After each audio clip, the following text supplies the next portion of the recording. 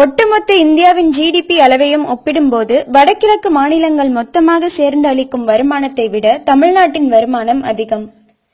இந்தியாவிலேயே செல்வ வளம் கொளிக்கும் மகாராஷ்டிராவுக்கு அடுத்து $155 பில்லியன் அளவுக்கு இந்தியாவுக்கு வருமானத்தை கொடுக்கும் ஒரே மாநிலம் தமிழகம் மட்டுமே.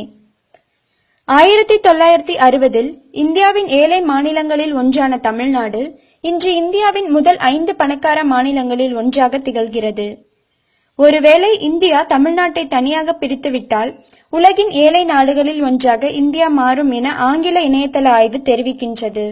தமிழ்நாட்டை தொட்டால் இந்தியாவின் அழிவு ஆரம்பமாகும் என இந்திய உளவு அமைப்பு மத்திய அரசை 2013 எச்சரித்துள்ளதாக சில தகவல் வெளியானது. இருந்தாலும் உண்மைத்தன்மை நிரூபணம் செய்யப்படவில்லை. ஆட்டோமொபைல், அரிசி விவசாயம், தோட்டங்கள், சுற்றுலா, ஆயத்த உடைகள் ஏற்றுமதி, இந்தியா முழுவதுமான பட்டாசு உற்பத்தி, துப்பாக்கி டாங்கி தொழிற்சாலை, ஹிந்திக்கு அடுத்தபடியாக சினிமா தொழிற்துறை, டெல்லிக்கு பிறகு அனைத்து நாட்டு தூதரகங்களும் உள்ள ஒரே மாநிலம் தமிழகம்.